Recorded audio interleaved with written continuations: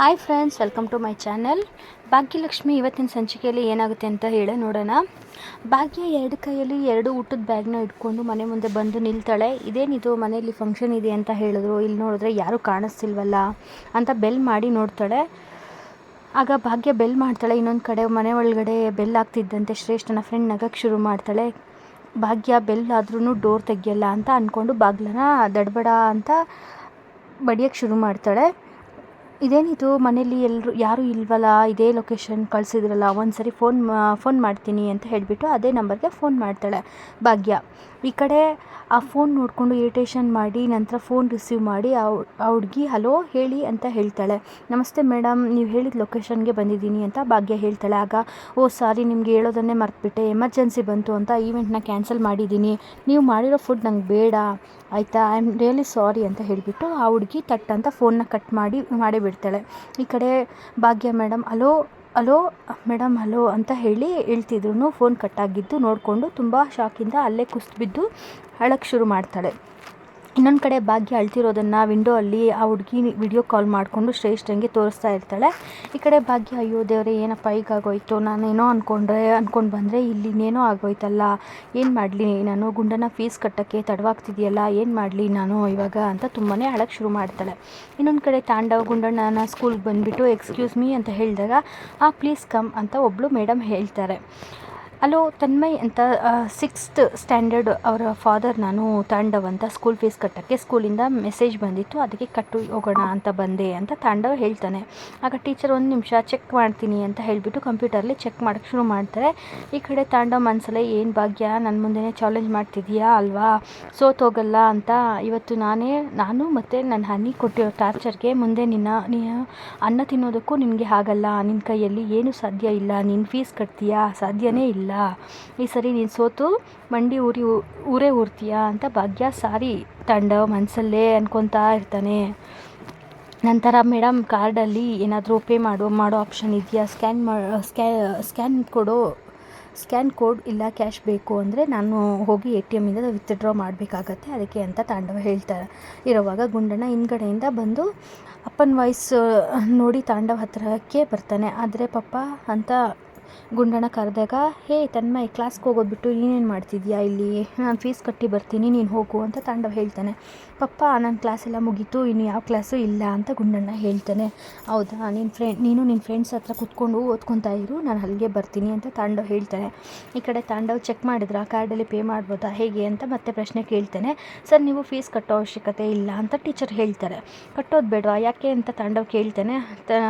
Fees already pay ಆಗಿದೆ sir ಅಂತ teacher ಹೇಳ್ತಾರೆ. ಆಗ ಫೀಸ್ ಪೇ ಆಗೋಯ್ತಾ, ಆರ್ ಯು ಜೋಕಿಂಗ್, ಯಾರು ಕಟ್ತಾರೆ ಸ್ಕೂಲ್ ಫೀಸ್ ಅಂತ ತಾಂಡವ್ ಕೇಳ್ತಾನೆ.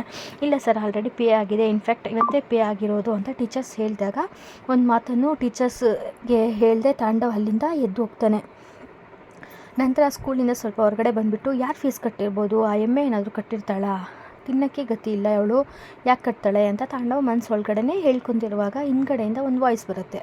ಫೀಸ್ ಕಟ್ಟಿರೋದು ಗುಂಡಣ್ಣನ ಅಮ್ಮ ಈ ಭಾಗ್ಯ ಅಂತ ತಾಂಡವ್ ಹಿಂದೆ ತಿರುಗಿ ನೋಡುವಾಗ ಭಾಗ್ಯ ತನ್ನ ಕೈನ ಹಿಂದಕ್ಕೆ ಕಟ್ಕೊಂಡು ಸ್ಟೈಲಾಗಿ ನಿಂತಿರ್ತಾಳೆ.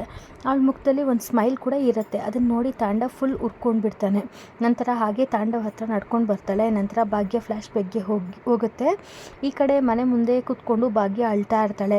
ಏನು ಮಾಡಲಿ ನಾನು ಇವಾಗ ಗುಂಡಣ್ಣನ ಫೀಸ್ ಕಟ್ಟೋಕ್ಕೆ ಅಂತ ಇಟ್ಟಿರೋ ದುಡ್ಡಿಂದ ಅಡುಗೆಗೆ ಏನೇನು ಬೇಕೋ ಎಲ್ಲ ಐಟಮ್ಸ್ಗಳನ್ನೂ ತೊಗೊಂಡು ಬಂದೆ. ಈಗ ನೋಡಿದ್ರೆ ಇವರು ಅಡುಗೆನೇ ಬೇಡ ಅಂತಿದ್ದಾರೆ, ಏನು ಮಾಡಲಿ ದೇವರೇ, ನಾನೀಗ ಗುಂಡಣ್ಣನ ಫೀಸ್ ಕಟ್ಟೋಕ್ಕೆ ಎಲ್ಲಿಂದ ದುಡ್ಡು ತರಲಿ ನಾನು. ಇವಾಗ ಭಾಗ್ಯ ಮನೆ ಮುಂದೆನೇ ಕೂತ್ಕೊಂಡು ಅಳ್ತಾ ಇರ್ತಾಳೆ. ಈ ಕಡೆ ವಿಂಡೋದಲ್ಲಿ ಯಾಕೆ ಇನ್ನೂ ಇಲ್ಲೇ ಇದ್ದಾಳೆ, ಹೋಗೇ ಇಲ್ವಲ್ಲ ಅಂತ ಭಯ ಪಡ್ತಾ ಇರ್ತಾಳೆ ಆ ಹುಡುಗಿ. ನಂತರ ಭಾಗ್ಯ ನಾನೀಗ ಸ್ಕೂಲ್ ಹತ್ರನೇ ಹೋಗಿ ಮಾತಾಡ್ತೀನಿ, ಸ್ವಲ್ಪ ಸಮಯ ಕೊಡಿ ಅಂತ ಕೇಳ್ತೀನಿ, ಹಾಗೆ ಮಾಡ್ತೀನಿ ಹೇಳಿಬಿಟ್ಟು ಭಾಗ್ಯ 2 ಬ್ಯಾಗ್ನ ಹಿಡ್ಕೊಂಡು ಅಲ್ಲಿಂದ ಭಾಗ್ಯ 2 ಹೆಜ್ಜೆ ಮುಂದೆ ಬರ್ತಾಳೆ. ಈ ಕಡೆ ಸದ್ಯ ಹೊಟ್ಲು ಮೊದಲು ಶ್ರೇಷ್ಠಂಗೆ ವಿಷಯ ತಿಳಿಸ್ತೀನಿ ಅಂತ ಫೋನ್ ಇಟ್ಕೊಂಡು ಗಾಬರಿಯಿಂದ ಬರ್ತಾ ಇರುವಾಗ ಕೈ ಹತ್ರ ಇದು ಫ್ಲವರ್ ಪಾಟ್ಗೆ ತಾಗ್ಬಿಟ್ಟು ಒಂದು ಡಬ್ಬ ಅಂತ ಕೆಳಗಡೆ ಬಿದ್ದೋಗುತ್ತೆ. ನಂತರ ಭಾಗ್ಯ ಮತ್ತೆ ವಾಪಸ್ ಬರ್ತಾಳೆ. ಭಾಗ್ಯ ಬರ್ತಿದ್ದಂತೆ ಆ ಹುಡುಗಿ ಹೋಗಿ ಬಚ್ಚಿಟ್ಕೊತಾಳೆ. ಈ ಕಡೆ ಆ ಹುಡುಗಿ ಗಾಡ್ ಏನು ಮಾಡಿಕೊಂಡೆ, ನಾನೆಲ್ಲ ಸರಿಯಾಗಿ ಮಾಡಿ ಕೊನೆ ಟೈಮಲ್ಲಿ ಎಡವಟ್ಟು ಮಾಡ್ಕೊಂಡ್ಬಿಟ್ಟೆ, ಅವಳಿಗೇನಾದರೂ ನಾನು ಇಲ್ಲೇ ಇದ್ದೀನಿ ಅಂತ ಗೊತ್ತಾದರೆ ಅಷ್ಟೇ ನನ್ನ ಕತೆ ಅಂತ ಭಯ ಪಡೋಕ್ಕೆ ಶುರು ಮಾಡ್ತಾಳೆ.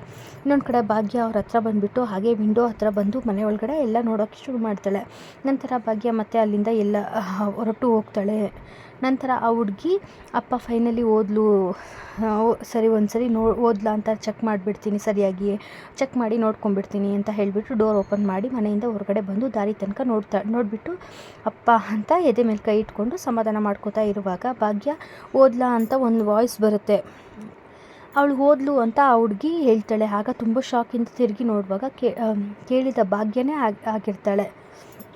ಏನು ಮೇಡಮ್, ನಾನು ಹೊರಟೋದೆ ಅಂತ ಅಂದ್ಕೊಂಡ್ರಾ, ಹೇಗೆ ಅಂತ ಭಾಗ್ಯ ಕೇಳ್ತಾಳೆ. ಆಗ ನೀ ಏನು ಮಾಡ್ತಿದ್ಯಾ ಇಲ್ಲಿ ಅಂತ ಆ ಹುಡುಗಿ ಕೇಳ್ತಾಳೆ. ಅಯ್ಯೋ, ನೀವು ಈ ಮಾತನ್ನು ಕೇಳಿದ್ರಾ, ಹೇಗೆ ನೀವು ಹೇಳಿದ್ದಕ್ಕೆ ಅಲ್ವಾ ನಾನು ಇಲ್ಲಿಗೆ ಬಂದಿರೋದು ಅಂತ ಹೇಳಿಬಿಟ್ಟು ಭಾಗ್ಯ ಆ ಹುಡುಗಿ ಮುಂದೆ ಬಂದಾಗ ಆ ಹುಡುಗಿ ಹಿಂದೆ ಹೋಗೋಕ್ಕೆ ಶುರು ಮಾಡ್ತಾಳೆ. ಯಾಕೆ ಮೇಡಮ್ ಮನೇಲಿ ಇದ್ಕೊಂಡು ಇಲ್ಲ ಅಂತ ಸುಳ್ಳು ಹೇಳಿದ್ರಿ ಅಂತ ಭಾಗ್ಯ ಕೇಳ್ತಾಳೆ. ಅದು ನಾನು ಹೋಗೋಣ ಅಂತಲೇ ಇದ್ದೆ ಅಂತ ಆ ಹುಡುಗಿ ಹೇಳ್ತಾಳೆ. ಆಗ ಹೋಗೋಣ ಅಂತ ಇದ್ರಿ, ಅದೇ ಹೋಗಿರ್ಲಿಲ್ವಲ್ಲ, ಮತ್ತು ಯಾಕೆ ಕಳ್ಳರ ಥರ ಆಡಿದ್ರಿ, ನನ್ನ ಮಗನ ಸ್ಕೂಲ್ ಫೀಸ್ಗೆ ಅಂತ ಎತ್ತಿಟ್ಟಿರೋ ದುಡ್ಡಲ್ಲಿ ನಿಮ್ಮ ಮನೆಗೆ ಅಡುಗೆ ಮಾಡಿಕೊಂಡು ಬಂದೆ, ಯಾಕೆ ಹಿಂಗೆ ಮಾಡಿದ್ರಿ ಮೇಡಮ್, ಯಾಕೆ ಹಿಂಗೆ ಮಾಡಿದ್ರಿ ಯಾಕೆ ಅಂತ ಭಾಗ್ಯ ಜೋರಾಗಿ ಕಿರ್ಚ್ತಾಳೆ. ಆಗ ಫ್ಲ್ಯಾಶ್ ಬ್ಯಾಕಿಂದ ಹೊರಗಡೆ ಬಂದು ತಾಂಡವ್ ಅವರು ಯಾಕೆ ಹಂಗೆ ಮಾಡಿದ್ರು ಅಂತ ಗೊತ್ತಾ ನಿಮಗೆ, ಇದ್ರ ಹಿಂದೆ ಒಂದು ಕೆಟ್ಟ ಕೈ ಇತ್ತು, ಆ ಕೆಟ್ಟ ಕೈಗೆ ನಾನು ಸೋಲ್ಬೇಕು ಅಂತ ತುಂಬಾ ಆಸೆ ಇತ್ತು, ಆ ಕೆಟ್ಟ ಕೈ ಯಾವುದು ಅಂತ ಗೊತ್ತಾ ತಾಂಡವ್ ಅಂತ ಭಾಗ್ಯ ಕೇಳ್ತಾಳೆ. ಈ ಕಡೆ ಗುಂಡಣ್ಣ, ಅಮ್ಮ ಯಾರಮ್ಮ ಅದು ಹೇಳಮ್ಮ, ನನಗೆ ಎಕ್ಸೈಟ್ಮೆಂಟ್ ತಡ್ಕೊಳ್ಳೋಕ್ಕೆ ಆಗ್ತಾ ಇಲ್ಲ, ಒಳ್ಳೆ ಸಸ್ಪೆನ್ಸ್ ಥ್ರಿಲ್ಲರ್ ಮೂವಿ ನೋಡ್ದಂಗೆ ಆಗ್ತಿದೆ ಅಂತ ಗುಂಡಣ್ಣ ಕೇಳ್ತಾನೆ. ಈ ಕಡೆಗೆ ಮುಖ ನೋಡಿ ತಾಂಡವ್ಗೆ ಭಯ ಶುರುವಾಗ್ತಾ ಇರುತ್ತೆ. ನಂತರ ಮತ್ತೆ ಭಾಗ್ಯ ಫ್ಲ್ಯಾಶ್ ಬ್ಯಾಕ್ಗೆ ಹೋಗ್ತಾಳೆ. ಈ ಕಡೆ ಭಾಗ್ಯ ಶ್ರೇಷ್ಠ ಅಂತ ಶ್ರೇಷ್ಠನ ಮನೆಗೆ ಬಂದಿರ್ತಾಳೆ. ಶ್ರೇಷ್ಠ ಮನೆಯಿಂದ ಹೊರಗಡೆ ಓಡಿ ಬರ್ತಾಳೆ. ಮನೆ ಹಾಳಿ, ನನ್ನ ಜೀವನದಲ್ಲಿ ಇನ್ನು ಏನೇನು ಮಾಡಬೇಕು ಅಂತ ಅಂದ್ಕೊಂಡಿದ್ಯಾ ಅಂತ ಭಾಗ್ಯ ಕೇಳ್ತಾಳೆ. ಆಗ ಶ್ರೇಷ್ಠ ಎದುರುಗಡೆ ಬಂದುಬಿಟ್ಟು ನಾನೇನು ಮಾಡಿದೆ ಅಂತ ಕೇಳ್ತಾಳೆ.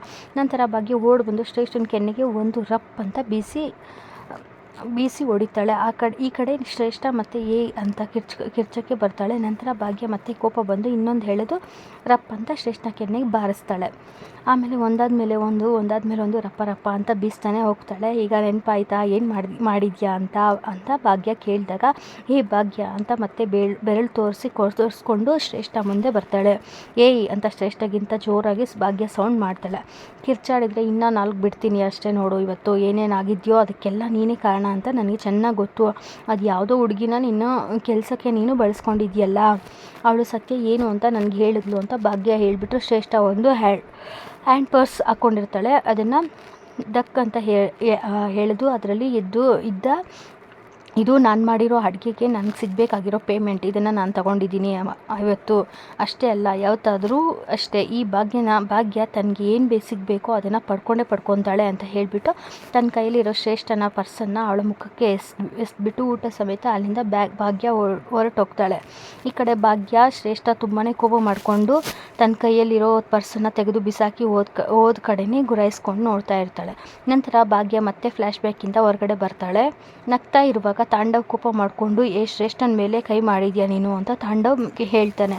ಅಯ್ಯೋ ತಾಂಡವ್ ಶ್ರೇಷ್ಠ ನನ್ನ ಕೈಯಿಂದ ಹೊಡ್ತಾ ತಿನ್ನೋದು ಹೊಸ್ತಾ ಹೇಳಿ ಅಂತ ಭಾಗ್ಯ ಕೇಳಿದಾಗ ಗುಂಡಣ್ಣ ವಿಜಿಲ್ ಹೊಡೆದು ಅಮ್ಮ ಸೂಪರ್ ಅಮ್ಮ, ಇದು ನಮ್ಮಮ್ಮ ಸೂಪರ್ ನೀನು ಅಂತ ವಿಜಿಲ್ ಹೊಡಿತಾ ಇರ್ತಾನೆ ಜೋರಾಗಿ. ನಂತರ ತಾಂಡವ್ ತನ್ಮೆ ಬಿಹೇವ್ ಅಂತ ಗುಂಡಣ್ಣನ ಮೇಲೆ ರೇಗ್ತಾನೆ. ತಾಂಡವ್ ಆಗ ಭಾಗ್ಯ ಅಯ್ಯೋ ನನ್ನ ಮೇಲೆ ಇರೋ ಕೋಪನ ಮಗು ಮೇಲೆ ಯಾಕೆ ತೀರಿಸ್ಕೊತಿದ್ದೀರಾ ಅಂತ ಭಾಗ್ಯ ಕೇಳ್ತಾಳೆ. ಆಗ ಏನೋ ಒಂದ್ಸರಿ ಗೆದ್ಬಿಟ್ಟೆ ಅಂತ ದಿಮಾಕ ತಾಂಡವ್ ಕೇಳ್ತಾನೆ. ಏನೋ ಒಂದು ಸರಿನಾ, ಯಾಕೆ ತಾಂಡವ್ ನಿಮಗೆ ಲೆಕ್ಕ ಬರಲ್ವಾ, ಬೇಕಾದರೆ ನೀವು ನಿಮ್ಮ ಹೆಂಡತಿ ಶ್ರೇಷ್ಠ ಜೊತೆ ಕೂತ್ಕೊಂಡು ಲೆಕ್ಕ ಹಾಕಿ ನಿಮ್ಮ ಮುಂದೆ ಎಷ್ಟು ಸರಿ ಗೆದ್ದಿದ್ದೀನಿ ಅಂತ ನಿಮಗೆ ಗೊತ್ತಾಗುತ್ತೆ ನೋಡಿ. ತಾಂಡವ್ ಈ ಭಾಗ್ಯ ಸೋತು ಗುಂಡಣ್ಣನ ಫೀಸ್ ಕಟ್ಟೋಕ್ಕೆ ಆಗದೆ ನಿಮ್ಮ ಮುಂದೆ ತಲೆ ತಗ್ಸಿ ನಿಂತಾಳೆ ಅಂತ ನೀವು ಕಾಯ್ತಾ ಇದ್ರಲ್ಲ, ನಿಮ್ಮ ಕನಸಾಗೆ ಉಳಿಯುತ್ತೆ. ಈ ಭಾಗ್ಯ ಯಾವುದೇ ಕಾರಣಕ್ಕೂ ನಿಮ್ಮಂಥವ್ರ ಮುಂದೆ ತಲೆ ತಗ್ಸೋ ಮಾತೇ ಇಲ್ಲ. ಆದರೂ ಪಾಪ ನನ್ನ ಸೋಲು ನೋಡಬೇಕು ಅಂತ ಬಂದವರು ನನ್ನ ಗೆಲುವು ನೋಡೋ ಹಾಗೆ ಆಯ್ತಲ್ಲ, ನಿಮ್ಮನ್ನು ನೆನೆಸ್ಕೊಂಡ್ರೆ ಅಯ್ಯೋ ಅನಿಸ್ತಿದೆ ಅಂತ ಭಾಗ್ಯ ಹೇಳಿದಾಗ ತಾಂಡವ್ ಕಿರ್ಚಕ್ಕೆ ಬರ್ತಾನೆ ಏ ಅಂತ. ಆಗ ಭಾಗ್ಯ ತನ್ನ ಕೈನ ಮುಂದೆ ಹಿಡಿದು ತಾಂಡವ್ ಅವರೇ, ಈ ಸ್ವಲ್ಪ ಹೊತ್ತಿನ ಮುಂಚೆ ಗುಂಡಣ್ಣ ವಿಜಿಲ್ ಹೊಡೆದಾಗ ಹೇಳಿ, ಗುಂಡಣ್ಣಗೆ ಏನು ಹೇಳಿದ್ರೆ ವಿಜಿಲ್ ಹೊಡೆದಾಗ ಗುಂಡಣ್ಣ ಏನಿದು ಬಿಹೇವ್ ಅಂತ ಹೇಳಿದ್ರಿ ಅಲ್ವಾ. ಗುಂಡಣ್ಣ ಹೇಳ್ತಾನೆ ಬಿಹೇವ್ ಅಂತ, ಅದೇ ಅಂತ. ಅದನ್ನು ಮೊದಲು ನೀವು ಮಾಡಿ, ಪಾಪ ನೀವು ನನ್ನನ್ನು ಮಂಗನ ಥರ ಕುಣಿತೀನಿ ಅಂತ ನೋಡೋಕ್ಕೆ ಬಂದ್ರಲ್ವಾ, ಕುಣಿಯೋದನ್ನು ನೋಡೋಕ್ಕಾಗಲಿಲ್ಲ ಅಂತ ಬೇಜಾರು ಮಾಡ್ಕೋಬೇಡಿ, ಆದರೆ ಇವತ್ತು ನಾನು ಗೆದ್ದು ಖುಷಿಯಲ್ಲಿ ಕುಣಿದಾಡ್ತೀನಿ ಸರಿನಾ ಅಂತ ಹೇಳಿಬಿಟ್ಟು ತಾಂಡವ್ ಜೊತೆಗೆ ಸ್ವಲ್ಪ ಮುಂದೆ ಹೋಗ್ತಾಳೆ ಭಾಗ್ಯ. ನಂತರ ಭಾಗ್ಯ ವಾಪಸ್ ಬಂದು ಸಾರಿ ಇಂಪಾರ್ಟೆಂಟ್ ವಿಷಯ ಹೇಳೋದು ಮರೆತುಬಿಟ್ಟೆ. ನಿಮ್ಮ ಹೆಂಡತಿ ಶ್ರೇಷ್ಠ ಇದ್ದಾರಲ್ವ, ಅವಳಿಗೆ ಥ್ಯಾಂಕ್ಸ್ ಹೇಳೋದನ್ನು ಮರಿಬೇಡಿ. 2 ವಿಷಯ ಇವತ್ತು ಅವರಿಂದ ನಾನು ಅಡುಗೆ ಮಾಡೋದಾಯಿತು. ಅವಳು ಬೇಡ ಅಂತ ಹೇಳಿದ್ಲು, ಆದರೆ ಆ ಊಟನ ಅನಾಥಾಶ್ರಮದ ಮಕ್ಕಳಿಗೆ ನೆಮ್ಮದಿಯಾಗಿ ತಿಂತಾ ಇದ್ದಾರೆ. ಏನು ಗೊತ್ತಾ ತಾಂಡವ್ ಅವರೇ, ಒಳ್ಳೆ ಊಟ ತಿನ್ನೋದಕ್ಕೂ ಯೋಗ್ಯತೆ ಬೇಕು. ಎರಡನೇ ವಿಷಯಕ್ಕೆ ಥ್ಯಾಂಕ್ಸ್ ಹೇಳೋದು ಯಾವುದಕ್ಕೆ ಅಂದರೆ, ನಾನು ಹಾಗೆ ಬಂದರೂ ಸುಮ್ಮನೆ ಫೀಸ್ ಕಟ್ಟೋಕ್ಕೆ ಹೋಗಿದ್ದೆ, ನನಗೆ ಮಜಾನೇ ಬರ್ತಾ ಇರಲಿಲ್ಲ, ಆದರೆ ಈಗ ಮಜಾ ಬಂತು, ಫೀಸ್ ಕಟ್ಟೋಕ್ಕೆ ಬರಲ್ಲ, ಬಾಯ್ ಅಂತ ಹೇಳಿಬಿಟ್ಟು ಗುಂಡನ ಕೈ ಹಿಡ್ಕೊಂಡು ಭಾಗ್ಯ ಅಲ್ಲಿಂದ ಸ್ಟೈಲಾಗಿ ನಡ್ಕೊಂಡು ಹೋಗ್ತಾ ಇದ್ದರೆ ತಾಂಡವ್ ಮುಷ್ಟಿ ಕಟ್ಕೊಂಡು ಮಾಡ್ಕೊಂಡು ಮಂಗನ ಥರ ಅಲ್ಲೇ ನಿಂತ್ಕೊಂಡು ಅಂದ್ಕೊಂಡಿದ್ದ. ಇಲ್ಲಿಗೆ ಈ ಸಂಚಿಕೆ ಮುಕ್ತಾಯವಾಗುತ್ತೆ ಫ್ರೆಂಡ್ಸ್. ಈ ವಿಡಿಯೋ ಇಷ್ಟ ಆಗಿದ್ದರೆ ಒಂದು ಲೈಕ್ ಮಾಡಿ, ಪ್ಲೀಸ್ ನನ್ನ ಚಾನಲ್ನ ಸಬ್ಸ್ಕ್ರೈಬ್ ಮಾಡೋದನ್ನ ಮರಿಬೇಡಿ. ಸಿಗ್ತೀನಿ ನೆಕ್ಸ್ಟ್ ವಿಡಿಯೋದಲ್ಲಿ.